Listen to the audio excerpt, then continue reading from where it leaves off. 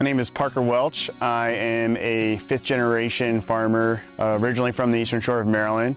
We're here at Rocky Mountain Farm, which was established in 1879. Growing up on a farm, I kind of didn't even realize there was any other option. I find that that's not unique when you grow up kind of in agriculture. That just kind of, when you're young, I often joke with other people. I'm like, how do other people figure out what they want to do if they didn't grow up on a farm and at 8 years old know that that's what they wanted to do for the rest of their life? I've been involved with the 4-H program since I was 8 as a youth, and then as soon as I graduated from 4-H at 18, I started volunteering, so about 20 years altogether. I attended Virginia Tech and majored in dairy science with a minor in professional writing.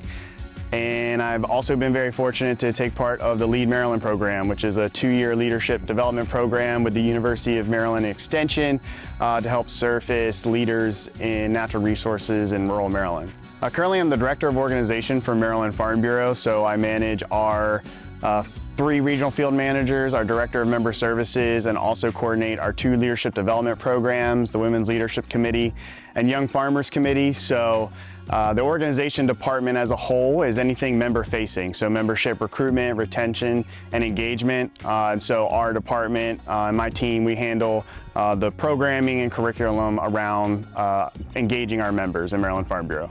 The most beneficial thing that 4-H did for me was create a network.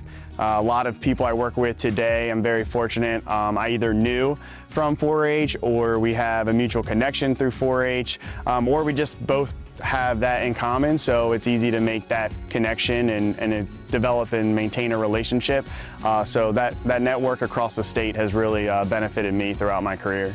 In my role, in dealing with volunteers and members across the state, I would say my biggest challenge is conflict resolution, or just managing people's different personalities. We have 23 county boards, about 10 to 12 people on every county board, so managing different personalities is probably the largest challenge that I face in my position.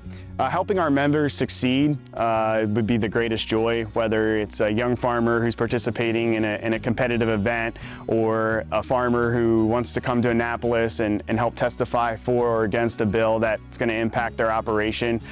Really seeing them take control of their own destiny, basically, and succeed in that brings me the greatest joy.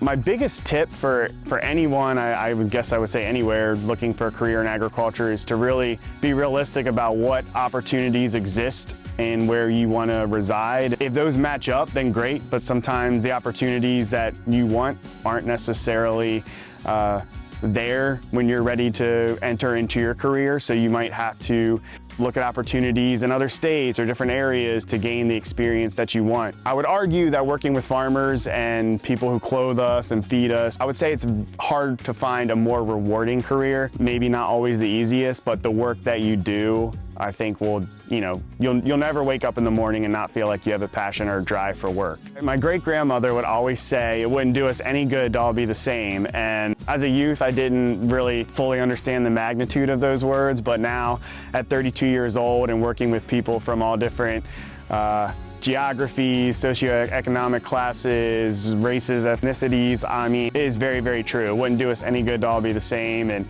life would be really boring. And so, I think about those words and they resonate with me a lot in my professional life.